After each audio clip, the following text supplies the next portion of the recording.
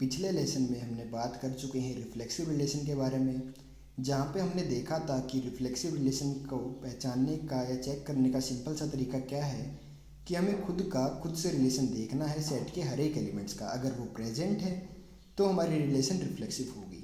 तो दोस्तों, रिफ्लेक्सिव के जितनी ही इम्पोर्टेंट रखती है एक और रिलेशन जो कि है सिमेट्रिक रिलेशन। दोस्तों, अगर हम बात करें सिमेट्रिक रिलेशन की तो ये आपको नाम से ही दिख गया कि सिमेट्रिक मतलब सिमेट्री से रिलेटेड होगा।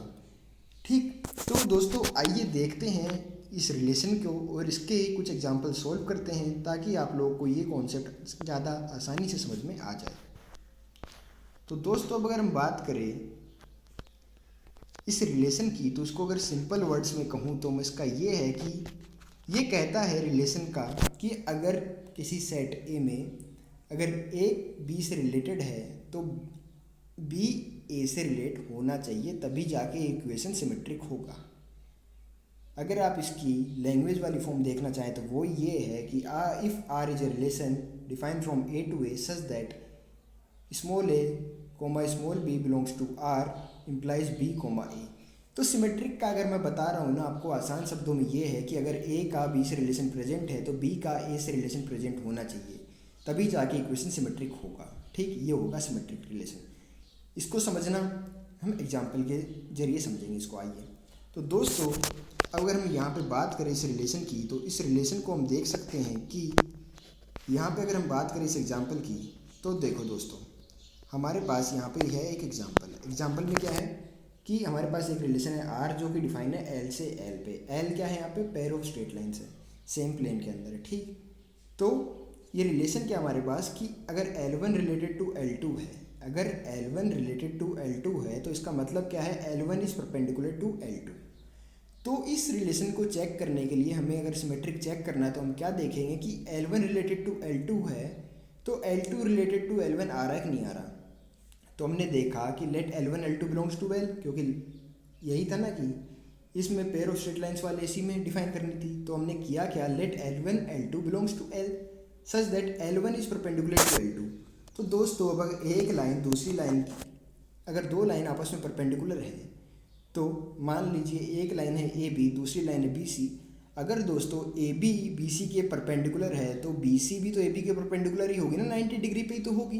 तो ऐसे ही अगर हमारे पास जो L1 लाइन है जो कि L2 के परपेंडिकुलर है तो इसका मतलब क्या हुआ कि जो L2 लाइन है वो भी L1 के परपेंडिकुलर होगा। अगर L2 L1 के परपेंडिकुलर है तो मतलब वो भी इस रिलेशन को फॉलो करेगा, मतलब L2 रिलेटेड टू R1 भी आएगा। तो मतलब क्या हुआ, हमारा जो सिमेट्रिक वाली डेफिनेशन थी वो काम कर गई कि अगर ए बी से रिलेट कर रहा है तो बी भी ए से रिलेट करेगा। तो यही तो हुआ यहाँ पे, L1 L2 से रिलेट कर रहा है तो हम देख रहे हैं कि जो L2 है वो भी L1 से रिलेट कर रहा है। ठीक, तो इसका मतलब क्या हुआ, ये हमारा क्या है, एक सिमेट्रिक रिलेशन है। आइए इसी चीज़ को हम एक और एग्जांपल की हेल्प से समझने की कोशिश करते हैं। दोस्तों, हमारे पास यहाँ पे है एक एग्जांपल जिसमें हमें दिया गया है कि a relation R defined on the set of integers such that A related to B implies A minus B is an integer for all values of A B belongs to Z. आपको ऊपर वाली language से कोई interest नहीं है, आपका काम यहाँ से शुरू होता है। रिलेशन क्या है, ए रिलेटेड टू बी का मतलब क्या है, ए माइनस बी इंटीजर है फॉर ऑल वैल्यूज ऑफ ए और बी। तो हमें चेक करना पड़ेगा कि बी रिलेटेड टू ए मतलब बी माइनस ए भी इंटीजर आएगा कि नहीं आएगा। ए माइनस बी अगर इंटीजर है और बी माइनस ए भी हमेशा इंटीजर आएगा तो ये सिमेट्रिक रिलेशन हो जाएगा, अदरवाइज नहीं होगा। तो हमने क्या किया, let A B belongs to Z. ये बोर्ड में लिखने का मेथड बता रहा हूँ मैं आपको, अदरवाइज जेईई मेंस में आपको ऐसे नहीं करना, आपको बस चेक करना है सीधा, वो आपको बता दूंगा मैं। अगर बोर्ड का मेथड यही है, let A B belongs to Z real numbers. ठीक, उसके बाद such that A related to B, फिर यहाँ से लाइन कॉपी कर दो, A related to B implies A minus B belongs to integer. ठीक, अब a minus B belongs to integer है तो हमने इंटीजर को क्या मान लिया, k। हमने कोई भी रैंडम नंबर मान लिया, तो हमने मान लिया कि a minus B equals to k, ये हमने अज्यूम कर लिया। अब हमें चेक क्या करना है सिमेट्रिक रिलेशन के लिए कि a माइनस बी की वैल्यू तो ठीक है इंटीजर आ रही है, हमें चेक क्या करनी है, b माइनस ए की वैल्यू का क्या ख्याल है। तो हमने किया क्या, a माइनस बी में से माइनस साइन कॉमन ले लिया। तो माइनस साइन कॉमन ले लिया तो हमें क्या मिला, minus of B minus A equals to K, ये मिल जाएगा हमें। ये सेम ही चीज़ तो लिखी हमने। तो दोस्तों minus of B minus A equals to K है तो इसका मतलब क्या हुआ, बी माइनस ए की जो वैल्यू है वो क्या मिल गई, माइनस के। अब दोस्तों अगर k इंटीजर है तो माइनस के भी इंटीजर ही होगा, मतलब अगर k मान लो 2 था तो -2 भी तो इंटीजर ही होगा, 3 था तो -3 भी इंटीजर ही होगा।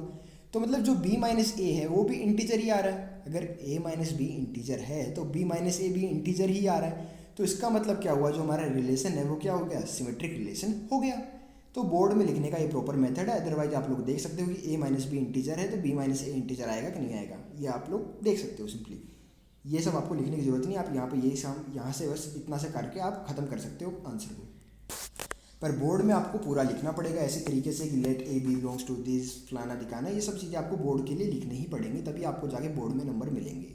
तो दोस्तों ये था आज का लेसन, जिसका सिंपल सा काम था समझाना कि सिमेट्रिक रिलेशन क्या होता है।